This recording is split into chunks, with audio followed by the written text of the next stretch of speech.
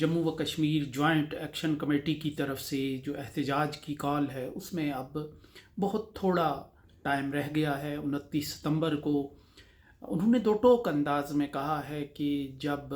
سب کچھ بند ہونا ہے تو اس کا مطلب ہے بند ہونا، اور حکومت کے ساتھ جو ان کے مذاکرات چل رہے تھے اس میں بھی ایک ڈیڈ لاک پیدا ہو گیا ہے۔ کہیں کہیں سے دوبارہ مذاکرات کے تار جڑنے کی امیدیں ظاہر کی جا رہی تھیں، لیکن ابھی تک اس بات کی کوئی نہ تو اطلاع ہے نہ آثار ہیں کہ فریقین کے درمیان کوئی نقطۂ اتصال قائم ہوا ہے یا اس کے آثار ہیں۔ حکومت اپنے مسل شو کر رہی ہے، ریاست اپنی طاقت کا ایک مظاہرہ کر رہی ہے، باہر سے فورسز لا کے اور فلیگ مارچ کر کے،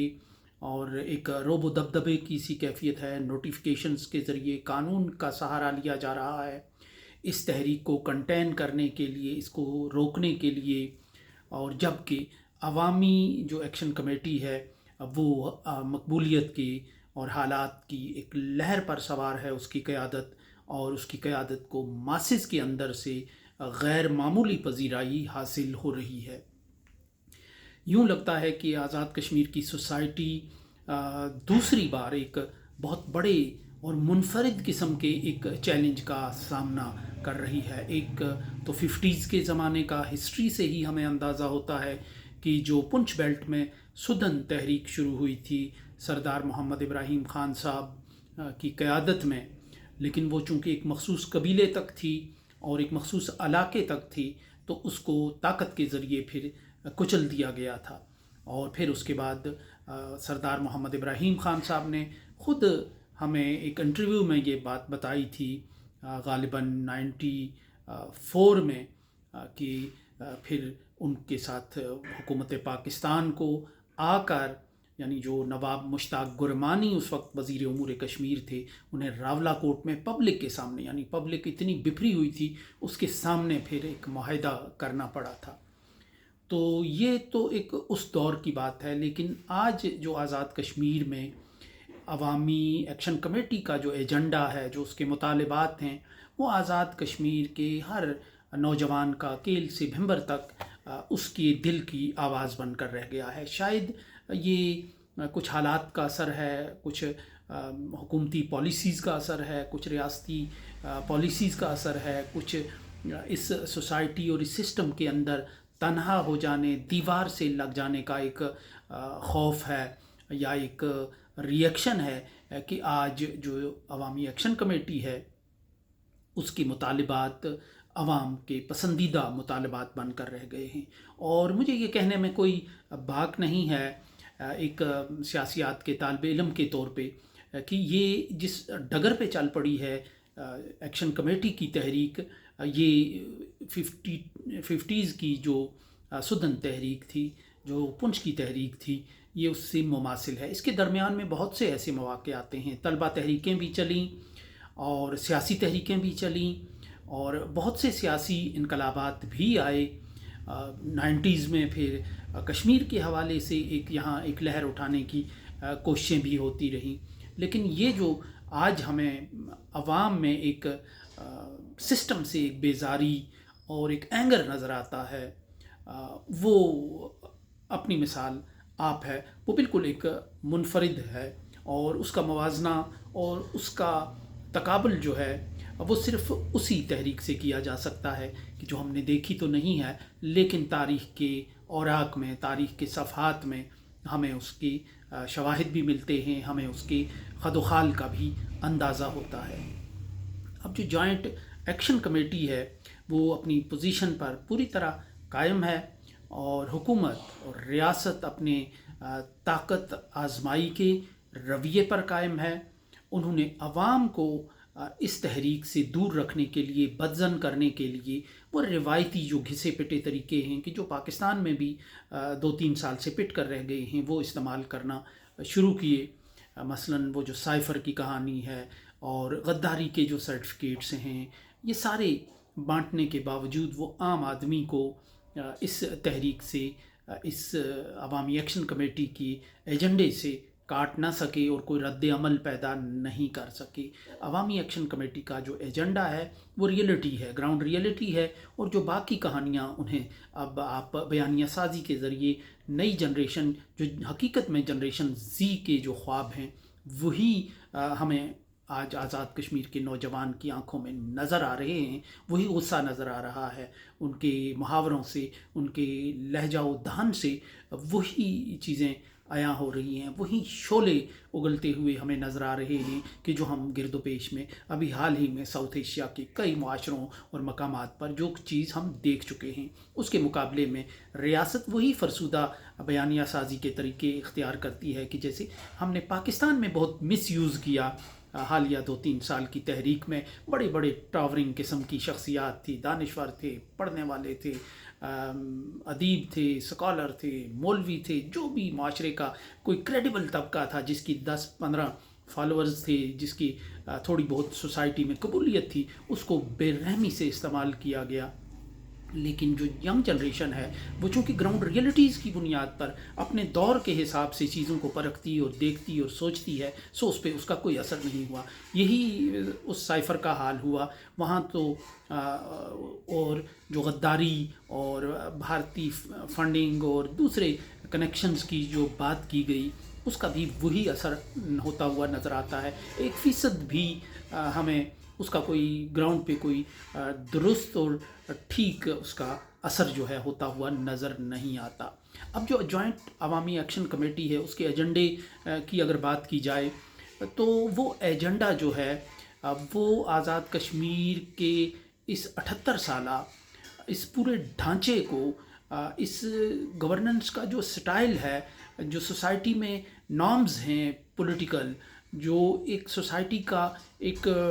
रवैया, रुख, डगर, चलन, रिवाज, रीत और रस्म बन गई है, वो उसको बदलना चाहती है। मसलन ये अवामी नोयत की बातें लेकर वो आगे चल रहे हैं, और आज़ाद कश्मीर का नौजवान बहुत वेल अवेयर है इस हवाले से कि ये जो माहौल है इसको बिगाड़ने में या यहाँ ख़राबियाँ पैदा करने में किसका असर है। मसलन अगर वो ये कहते हैं कि जंगलात की कटाई नहीं होनी चाहिए, मादनियात को बाहर नहीं जाना चाहिए, तो आज़ाद कश्मीर के एक थड़े पे बैठने वाले आदमी से भी आप पूछें कि जंगलात कौन काटता है और मादनियात कहाँ जाती हैं, तो वो भी ये बताएगा कि ये आज़ाद कश्मीर के ब्यूरोक्रेट, आज़ाद कश्मीर की हुकूमत तलछट पे गुजारा करती है और जो बाकी वसाइल हैं वो कहीं और जाते हैं। तो ये ऐसी चीज़ें हैं कि जिनको आप बदल नहीं सकते, तब्दील नहीं कर सकते। अब चूँकि एक्शन कमेटी ये एजेंडा लेकर आई है कि इसने सिस्टम को बदलना है, 78 साल के निज़ाम को बदलना है, गवर्नेंस के मॉडल को बदलना है, ज़ाहिर है जब सादगी आएगी, जब इलाकों को अपने वसाइल पर कंट्रोल दिया जाएगा, जब इलाकों को, आबादियों को उनके वसाइल में शरीक किया जाएगा, मसाइल के साथ साथ अगर सैलाबों, ज़लज़लों और कहत साली में वो अवाम को शरीक करते हैं, वो सारी ज़द अवाम पर पड़ती है, वो बोझ भी अवाम को मुंतकिल करते हैं, तो फिर वसाइल में भी अवाम की शिरकत जो है वो वो उसकी तवक्को लगाए रखते हैं। लेकिन ये चूँकि अब एक ऐसा मामला है कि अगर ऐसा होता है, मसलन अवामी एक्शन कमेटी अगर उसके अपने सारे मुतालबात और आज़ाद कश्मीर में एक आइडियल माहौल बनता है और एक नए सेटअप की और एक नए निज़ाम की बिना पड़ती है, जिसमें करप्शन नहीं होगी, जिसमें इंसाफ होगा, बराबरी होगी, समाजी इंसाफ होगा, वसाइल की तकसीम बड़ी मुनसिफाना बुनियाद पर होगी, जो इंसाफ है वो आम आदमी की दहलीज़ पर मिलेगा, सरीउल हरकत इंसाफ होगा और मेरिट की हुक्मरानी होगी और शफाफियत होगी इंतखाबी निज़ाम में, जिसमें अवामी राय हकीकी तौर पर मुनक़्क़स हो जाए, तो ये फिर पाकिस्तान इसी कंडीशन में रहता है। आज़ाद कश्मीर की जो सोसाइटी है वो बिल्कुल अलग 180 डिग्री की ज़ाविये से बदल जाती है, तब्दील हो जाती है। तो ये एक मुल्क में दो निज़ाम कायम करने वाली बात है, और जाहिर है कि एक जमा जमाया निज़ाम, ये वो निज़ाम है 78 साल का जो पाकिस्तान में बहुत शिद्दत और क़ुव्वत के साथ और बड़ी बेरहमी और सफाकी के साथ राइज है, कि जहाँ इदारों की मजबूती नहीं है, जहाँ कानून की हुक्मरानी नहीं है, इंसाफ नहीं है, मेरिट नहीं है, मुआशी सूरत हाल अच्छी नहीं है, सियासी आज़ादियाँ नहीं हैं, इंतखाबी निज़ाम एक ढकोसला बनकर रह गया है। तो वो यानी पाकिस्तान जो एक आज़ाद कश्मीर के सारे सिस्टम को चला रहा है माहिदा कराची के तहत या जिस भी असूल के तहत, तो वो एक अलग डगर पर रहे और आज़ाद कश्मीर दूसरी डगर पर यकसर एक तब्दील होकर रह जाए, तो ये एक मुल्क में दो निज़ाम हैं और ये फिर ख़ासी मुश्किल और सबसे ख़तरनाक बात है। ये आप फिर शेर की कछार में हाथ डालकर जो है आप शुगल फरमाने वाली बात है उसके लिहाज से, और इसीलिए ये जो मामला है सारा ये ख़तरनाक होता जा रहा है कि एक आपने एक ऐसी जादू नगरी में कदम रखने की कोशिश की है कि जहाँ पाँव रखने वाले पत्थर के होकर रह जाते हैं, जहाँ पीछे मुड़कर देखना मना है और पीछे मुड़कर देखने वाले जो है वो पत्थर के होते रहे हैं। आज भी पाकिस्तान में अगर हम देखें तो पीछे मुड़कर देखने वाले कई किरदार हमें पत्थर की सूरत में पत्थर बनते हुए नज़र आ रहे हैं। तो ऐसे में जो जॉइंट एक्शन कमेटी है उसने एक ख़तरनाक खेल में वो इंटर हुई है, खेल में दाखिल हुई है, और ये वो बात है कि जहाँ इस सिस्टम का पैमाना सब्र बड़े गलत अंदाज से छलक पड़ सकता है और वो जो मसल दिखा रही है वो मसल यहाँ आजमाए जा सकते हैं, इसका ख़तरा मौजूद है। आजमाए नहीं जाने चाहिए, और क्योंकि ये मसल आजमा आजमा कर पाकिस्तान का ये हाल और ये हुलिया बिगाड़ दिया गया है। अभी एक आज़ाद कश्मीर में ये साइफ़र और आज़ाद कश्मीर के सियासतदानों को जिस तरह बेरहमी से इस्तेमाल किया जा रहा था, उस पर मैंने एक देखा कि वो कामयाब नहीं हुआ। तो फिर जो पाकिस्तान के अंदर ऐसे मारूफ किस्म के बयानिया साज हैं, उन्होंने आज़ाद कश्मीर की जो अवामी एक्शन कमेटी है उसकी एक कैरेक्टर एसेसिनेशन का सिलसिला शुरू किया कि सरदार अमान नाम के जो नौजवान हैं कि इनको पट्टा कौन डालेगा, इस तरह। तो मैंने उसी ट्वीट में ये गुजारिश की थी उन साहब से, बड़े जाने पहचाने सोशल मीडिया इन्फ्लुएंसर हैं इस्लामाबाद के। तो मैंने उनसे यही कहा कि आप किस किस को पट्टा डालेंगे, पट्टा डालते डालते आधा मुल्क गंवा दिया है, और इसी तरह फलां को पट्टा डालें, बलोची को पट्टा डालें, सिंधी को पट्टा डालें, पठान को पट्टा डालें, ये पट्टा डालते, और अब तो पंजाबियों को भी पट्टा डालने लग गए। तो ये पट्टा डालते डालते फिर बिलाखिर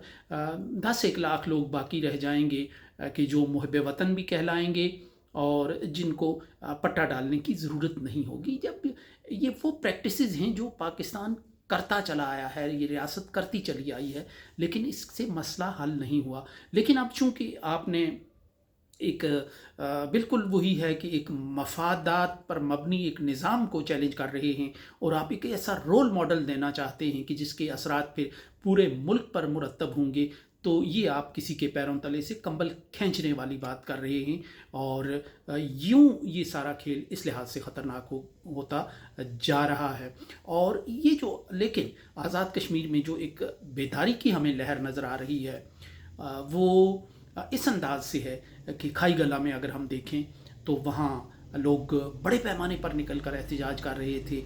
वज़ीर हुकूमत फ़हीम रब्बानी के ख़िलाफ़, और बड़ा जोश व जज्बा, बहुत चार्ज किस्म का वहाँ माहौल नज़र आया। इस तरह अगर राय आमा आज़ाद कश्मीर के सियासतदानों के पैरों तले से खिसकती चली गई, सियासी जमातों के पैरों तले से खिसकती चली गई, तो ये आज़ाद कश्मीर की जमातें हवा में मुअल्लक रह जाएंगी, और फिर इनको वापस लाने के लिए, इनको बहाल करने के लिए, इनको अवामी कबूलियत अता करने के लिए बहुत से पापड़ बेलना पड़ेंगे। तो शायद इस चीज़ से बचने के लिए फिर इस निज़ाम की ही बसात लपेट दी जाए। लेकिन मैं समझता हूँ कि ये एक नए पिंडोरा बॉक्स को खोलने के मुतरादिफ होगा। ये दलदल पर आपका पहला कदम भी साबित हो सकता है। तो इसलिए ताकत के इस्तेमाल से मैं समझता हूँ कि ग्रेज़ करना चाहिए। अवामी एक्शन कमेटी को ताकत को हाथ में नहीं लेना चाहिए, पुरअमन तौर पर ज़िंदा अपनी मज़ाहमत जो है, अपनी जिद्दोजहद जो है उसको आगे बढ़ाना चाहिए, और रियासत को पुरअमन एहतजाज के हक़ को तस्लीम करना चाहिए, और उस पर ताकत का इस्तेमाल नहीं किया जाना चाहिए, और ये जो रिवायती हथकंडे और हरबे हैं उनको आज़माने से ग्रेज़ करना चाहिए।